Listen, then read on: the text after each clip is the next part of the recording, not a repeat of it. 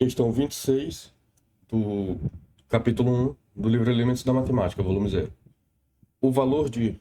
Aí tem essa expressão, e aqui as opções, né? Então, quando eu olho para esse tipo de expressão aqui, depois de uma certa quantidade de questões resolvidas, a gente começa a ver algumas repetições. Por exemplo, aqui tem 16, 8.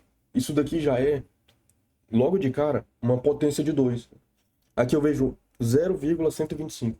Esse número aqui também é bem conhecido, só que eu ainda vou trabalhar como se eu não soubesse por qual número trocar. Então, eu vou mostrar qual procedimento a se fazer para, ainda assim, conseguir trabalhar de forma conveniente com esse número. Então, vamos começar a reescrever. Eu prefiro trabalhar com potência do que com radicais. Então, eu vou começar trocando aqui tudo que é radiciação por potenciação. Então, aqui, por fora, tem uma raiz cúbica.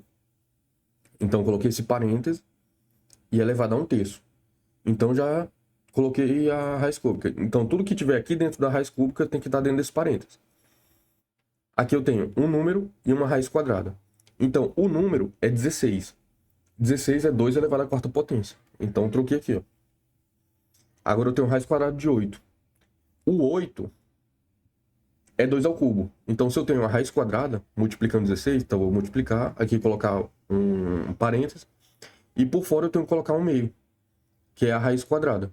Então, agora eu coloquei a raiz quadrada. O que tiver aqui dentro, que é o 8, tem que estar dentro desse parênteses. Então, 8 é 2 ao cubo. Assim eu expliquei completamente como eu fiz esse primeiro parênteses, né? Vezes. Agora aqui tem uma raiz de 16. Então, eu vou trocar isso por um parênteses elevado a 1/6. Agora, tudo que tiver aqui dentro, 0,125, tem que estar aqui dentro desse parênteses. O 0,125 é igual à fração 125 dividido por 1000. Então, como é um decimal exato, aqui tem 3 casas decimais. Então, eu escrevo a parte decimal, que é 125, e divido por 1, seguido dos 3 zeros, né? Que ele tem 3 casas decimais. Então, se eu transformei esse número decimal nessa fração. Agora, eu vou simplificando essa fração e vai aparecer o que eu quero. Aqui eu já posso começar a aplicar a propriedade de potência, né? Multiplico esses expoentes. 3 vezes 1 meio, dá 3 meios. Mantive o resto aqui. 125 é 5 ao cubo, né? 5 vezes 5, 25, vezes 5, 125. E 1000 é 10 ao cubo. Então aqui eu consegui colocar uma potência de 3, né? Comum. Isso vai ser bom porque eu vou usar uma propriedade daqui para cá, em que se eu tenho o mesmo expoente no numerador e denominador, eu posso passar uma fração e deixar um expoente só para a fração toda. Foi o que eu fiz aqui. Então ficou o expoente 3. Aqui, eu distribuí esse expoente. Então, se é potência de potência. Primeiro, tem duas propriedades aplicadas de uma vez só. Se tem uma potência de um produto, então vai ficar um produto das potências, de duas potências, né? Então, eu vou pegar o expoente e distribuir. Aí eu faço uma segunda aplicação de propriedade, que é o produto entre os expoentes. Então, vai ficar 4 vezes 1/3, que é 4/3. 3 meios vezes 1/3, que é igual a 1 meio, né? 3 simplifica com 3. E esse parênteses só continua aqui por motivo de melhorar a explicação, mas ele não altera em nada na questão da ordem de precedência aqui das aplicações. Então, essa parte aqui ficou explicada, né? Repetir um sexto. E aqui eu só coloquei um colchete porque, novamente, para facilitar a explicação. Eu já quis colocar um novo parênteses aqui para fazer essa explicação aqui. Então, agora, se eu tenho produto de potências menos base, repito a base, e somos expoentes. Então, vai ficar, em azul, 4/3 mais 1 meio, certo? Só que para somar esses expoentes, somar essas frações, eu preciso que elas tenham o mesmo denominador.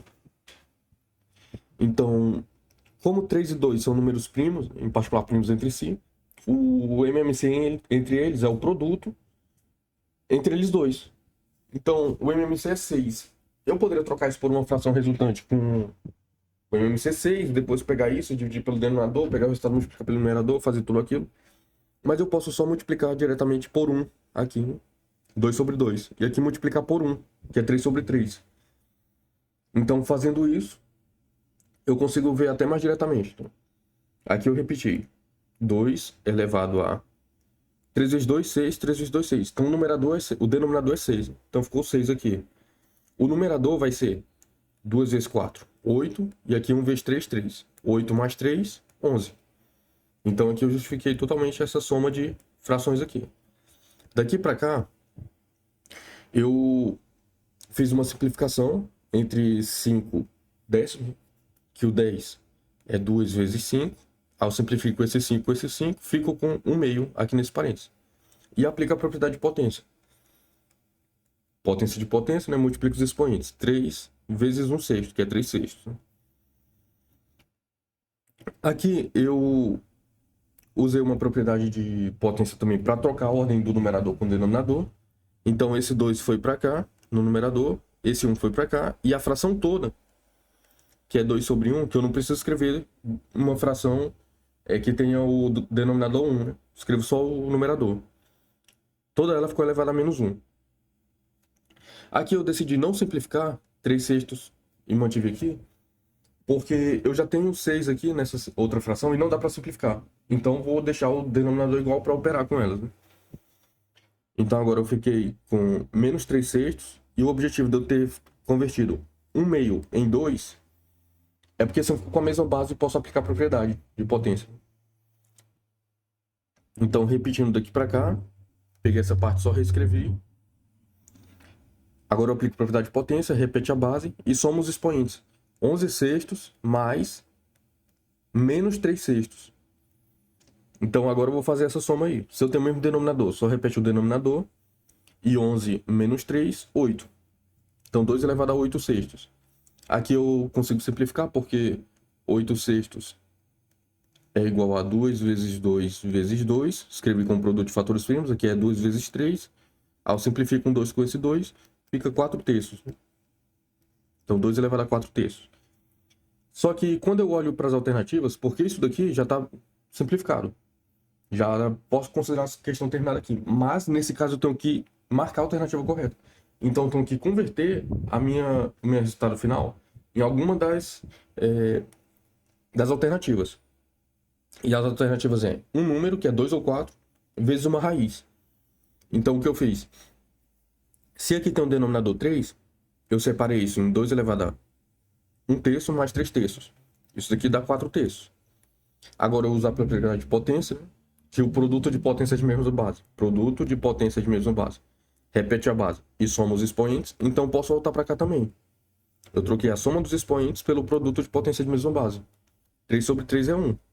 1 terço aqui. Então, isso aqui dá 2 vezes raiz cúbica de 2.